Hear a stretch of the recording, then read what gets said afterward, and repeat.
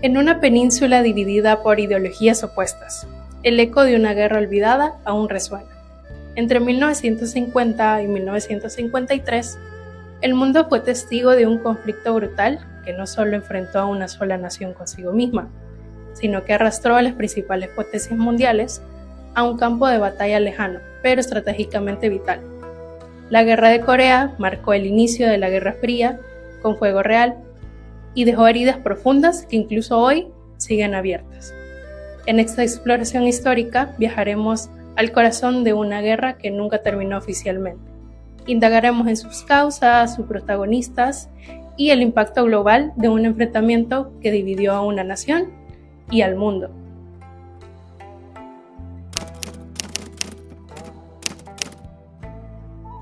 Tras la Segunda Guerra Mundial, Europa había quedado devastada, dejando a un lado a las antiguas potencias, y es por ello que Estados Unidos y la Unión Soviética se ven en la obligación de tomar el papel de nuevas potencias mundiales.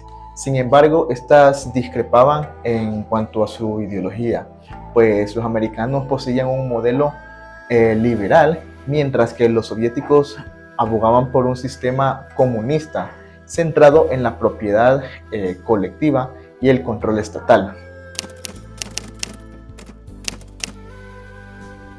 Es por ello que ambas potencias se veían obligadas a expandir sus ideologías a nivel mundial. Estados Unidos, al haber quedado en una mejor posición económica, promovió la llamada Doctrina Truman, impuesta por el presidente de turno, Harry Truman. Con esta, Estados Unidos se comprometía a ayudar a todos los países que demandasen su ayuda para luchar ante cualquier presión armada. Esto con el fin de parar el expansionismo del comunismo. Y paralelamente, Estados Unidos implementaría el Plan Marshall, un programa de ayuda económica para reconstruir Europa Occidental tras la Segunda Guerra Mundial, con el fin de ganar aliados en Europa y evitar así el expansionismo del comunismo en esta misma. Por otra parte, la Unión Soviética implementó el Pacto de Varsovia y la Comecon, estrategias que aseguraban el control de sus estados satélites en Europa del Este. Es aquí donde aparece el escenario perfecto para llevar a cabo su expansionismo en Asia.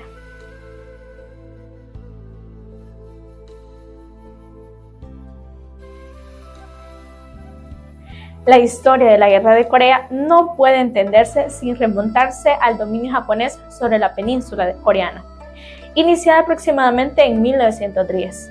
El Tratado de Portsmouth estableció a Japón como máxima hegemonía en Asia.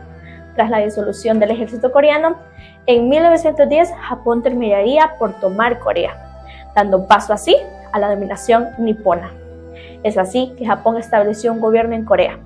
Este reprimía la libertad de los coreanos e implementaba la cultura japonesa en centros educativos. Japón implementó un nuevo sistema bancario, no solo eso, sino que también una red de comunicaciones y transporte al estilo europeo.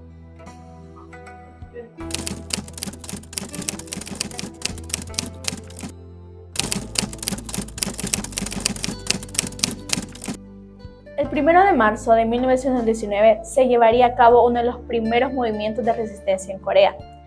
El antiguo emperador y máximo símbolo de la independencia había fallecido semanas atrás. Y es que los rumores indicaban que este había sido envenenado, lo cual causó furor en la población. Es por ello que 33 estudiantes coreanos, inspirados por el discurso de determinación de los pueblos de Woodrow Wilson, redactó una proclamación de independencia, lo cual fue presentada en diferentes puntos de Seúl, inspirando así a más de 2 millones de coreanos a unirse a dichas manifestaciones. Este movimiento sería reprimido por los japoneses, dejando consigo miles de muertos y heridos. A pesar de no haber cumplido su objetivo, el movimiento dio paz al gobierno provisional coreano, que terminaría exiliado a Shanghái. El gobierno provisional de la República de Corea fue un gobierno en el exilio. establecido el 11 de abril de 1919 en Shanghái, China, tras el movimiento del 1 de marzo. Este gobierno en el exilio buscaba representar a la nación coreana mientras estaba bajo el dominio colonial. Y es que funcionó como símbolo de resistencia y representación nacional durante la ocupación japonesa en Corea, aunque nunca tuvo un control de territorio coreano absoluto. Con la derrota de Japón en la Segunda Guerra Mundial, la península coreana fue liberada, pero su destino quedó bajo las manos de las potencias vencedoras, es decir, Estados Unidos y la Unión Soviética, quienes, aliados por conveniencia, acordaron dividir Corea en dos, es decir, lo dividieron temporalmente en el paralelo 38. En el norte, la URSS se encargó de la desmovilización japonesa y en el sur lo hizo Estados Unidos. Y es que, en una decisión apresurada, dos oficiales militares estadounidenses, Dean Rusk y Charles Bonsfield, serían los encargados de definir el territorio de Estados Unidos. Es por ello que, utilizando un mapa de National Geographic, definirían el paralelo 38, partiendo Corea a la mitad y otorgando Seúl al dominio estadounidense. Esta división quedó bajo el mando de dos ideologías completamente opuestas: el sur bajo el capitalismo estadounidense y por otro lado la zona norte bajo el comunismo soviético. Esta división llevaría a ambos bloques a enfrentamientos indirectos por el control de Corea, pues estos no se metían de lleno en el conflicto y se mantenían en un papel secundario. Esto se anunció como una medida provisional, la cual se volvería permanente. Posteriormente, el surgimiento de la Guerra Fría impidió cualquier acuerdo de reunificación. Por eso, en el norte se consolidó un régimen comunista liderado por Kim Il-sung, con el apoyo soviético, y en el sur, Syngman Rhee, un político anticomunista que tenía el apoyo de Estados Unidos, tomó el control del gobierno con un corte autoritario, y para 1948 nacieron dos Coreas oficialmente. Por un lado, la República Popular Democrática de Corea en el norte y la República de Corea del Sur. Desde entonces, la tensión aumentó, con incidentes fronterizos frecuentes, lo que provocó que ambos líderes proclamaran ser los legítimos gobernantes de toda la península. Y la guerra parecía inevitable.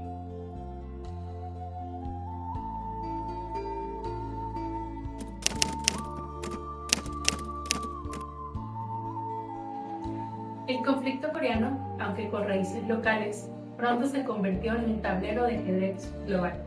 Corea del Norte, liderada por Kim Il-sung, contaba con el respaldo directo de la Unión Soviética, que había contribuido a organizar su ejército y formar sus cuadros políticos. Más adelante, la China comunista de Mao Zedong se sumaría como un actor clave. Corea del Sur, dirigida por Syngman Rhee, fue respaldada por las Naciones Unidas y Estados Unidos. Este último veía en su defensa una pieza central en su estrategia de contención del comunismo en Asia, y con el recuerdo fresco del triunfo comunista en China, Washington no estaba dispuesto a permitir otra expansión roja sin responder. El sur de Corea quedó bajo administración militar estadounidense, con el general John Hodge al frente del Usang-gik, que fue el gobierno militar del ejército de los Estados Unidos en Corea. Desde el inicio, el Usang-gik dejó clara su postura y rechazó reunirse con representantes del gobierno provisional de Corea, exiliado en China. Posteriormente, la Usang-gik fue reemplazada por Syngman Rhee, quien fue respaldada por las Naciones Unidas y por Estados Unidos. Este último veía en su defensa una pieza central en su estrategia de contención del comunismo en Asia. Con el recuerdo fresco del triunfo comunista en China, Washington claramente no estaba dispuesto a permitir otra expansión roja sin responder. La resolución número 83 y 84 del Consejo de Seguridad de las Naciones Unidas otorgó la autoridad legal internacional a los Estados miembros para restablecer la paz en la península de Corea. Y es así como designaron a Estados Unidos como el líder del mandato, unificando lo que conocemos como el mandato de las Naciones Unidas. A causa de esto, inicia una coalición internacional liderada por el ejército de Estados Unidos, bajo el mandato del general MacArthur, junto con las tropas multinacionales de los miembros de la ONU. Entre estas tropas teníamos miembros de países como Colombia, Dinamarca, Reino Unido, Canadá, Australia, Nueva Zelanda y entre otros, los cuales asistieron bajo la bandera de la ONU.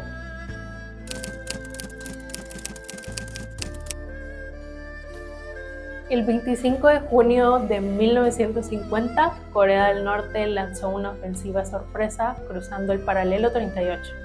Con más de 100.000 soldados, el avance fue arrollador. En apenas 3 días, las tropas norcoreanas tomaron a Seúl.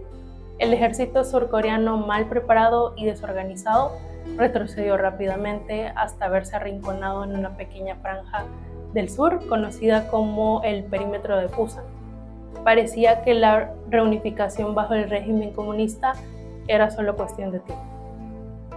Esta invasión en Corea del Sur era con un objetivo súper claro: reunificar la península bajo un solo régimen comunista, ya que según ellos, el contexto internacional resultó especialmente favorable para las ambiciones norcoreanas, puesto que en enero de 1950, el secretario estadounidense Dean Acheson pronunció un discurso defendiendo el perímetro defensivo de Estados Unidos en Asia, del cual excluyó explícitamente la península coreana.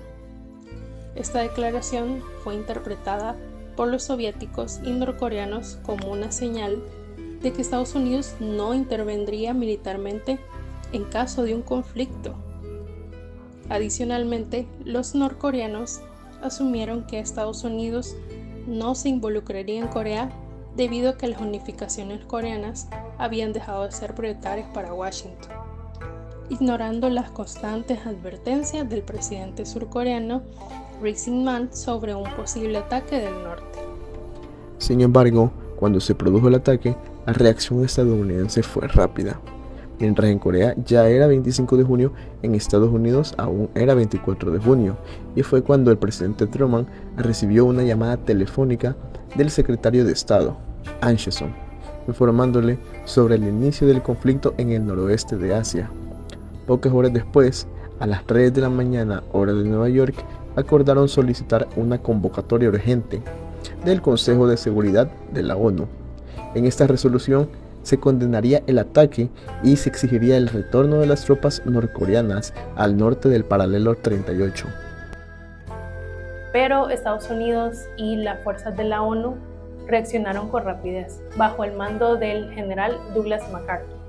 Comenzó una operación militar sin precedentes. En septiembre de 1950, MacArthur ejecutó un audaz desembarco en Incheon, la costa oeste de Corea. Esta maniobra cortó las líneas de abastecimiento del ejército norcoreano y permitió a las fuerzas aliadas recuperar Seúl en apenas 2 semanas. ¿Por qué la URSS no vetó la resolución número 83 y 84 del Consejo de Seguridad de las Naciones Unidas, el cual otorgaba la autoridad legal internacional para intervenir en la península de Corea? Y es que el Consejo de Seguridad de la ONU pudo aprobar estas medidas por la ausencia de participación por el momento de la Unión Soviética, ya que había boicoteado recientemente el Consejo de Seguridad. Esto en rechazo de asistir a las reuniones en forma de protesta, por la razón de que la ONU seguía reconociendo al gobierno nacionalista de China como el representante legítimo de este, en lugar del gobierno comunista de Mao Zedong en el Consejo de Seguridad. Con esta victoria, las fuerzas de la ONU no se limitaron a restaurar el paralelo 38 como línea divisoria, sino que decidieron avanzar hacia el norte con el objetivo de reunificar Corea, pero esta vez bajo un régimen pro-occidental. Y a finales de octubre, las tropas aliadas habían llegado cerca del río Yalu, en la frontera con China. Fue entonces cuando Mao Zedong, temiendo una invasión aliada a su territorio, ordenó la entrada de su ejército voluntario. Al ver amenazada su frontera tras el avance de la ONU más allá del paralelo 38, llevó a Mao Zedong a formar los voluntarios del pueblo chino para evitar una confrontación directa con Estados Unidos. Su contraofensiva fue rápida, obligando a las fuerzas de la ONU a retroceder y recapturando Seúl en enero de 1951. Esto llevó a una reorganización militar en la que MacArthur fue reemplazado por Ridgway, quien retomó nuevamente Seúl en marzo, pero sin lograr una ventaja definitiva. Y para mediados de 1951, la guerra había entrado en una fase de estancamiento.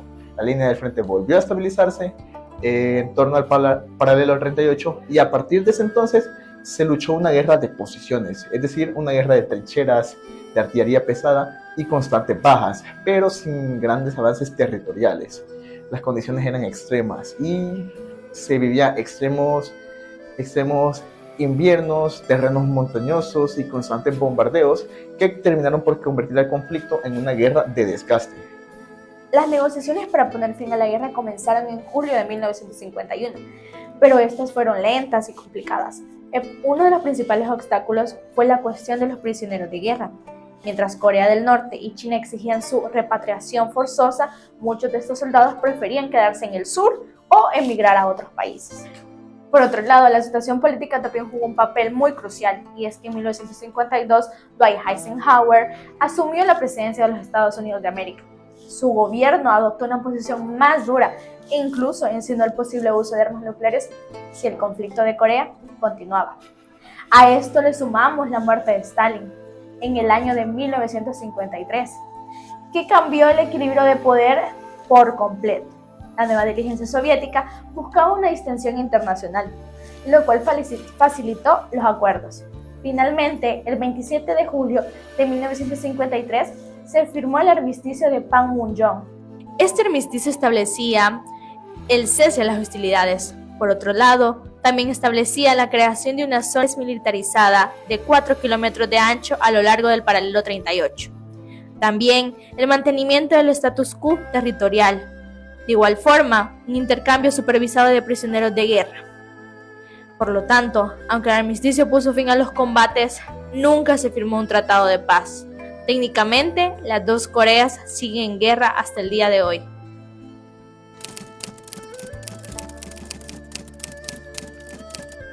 La Guerra de Corea fue el primer gran conflicto de la Guerra Fría, y sus lecciones moldearon las relaciones internacionales durante décadas.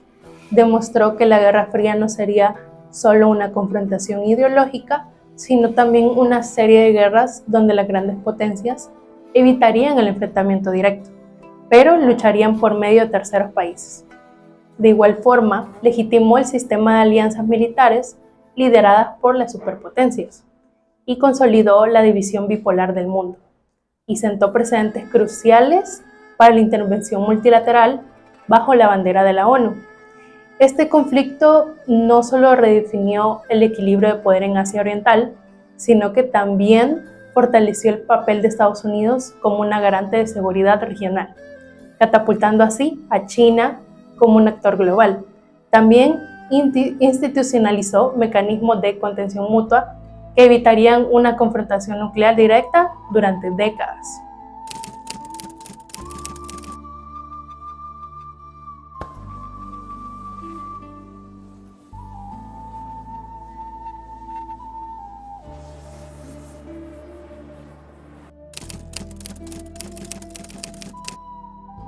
La Guerra de Corea dejó profundas cicatrices en el pueblo coreano y marcó un antes y un después en lo que es política internacional. Y es que 3 años de guerra, más de 5 millones de muertos y una península dividida son el legado visible de un conflicto que nunca fue formalmente resuelto. 7 décadas después, la frontera de Corea del Norte y Corea del Sur sigue siendo una de las más militarizadas del mundo, y las tensiones aún persisten. El conflicto sigue siendo influyente en lo que es la estabilidad del noroeste asiático. Y es que comprender la Guerra de Corea es comprender los orígenes del mundo bipolar que se ha establecido a lo largo del tiempo. Todo esto es un ejemplo histórico de cómo las rivalidades entre grandes potencias pueden destruir naciones enteras.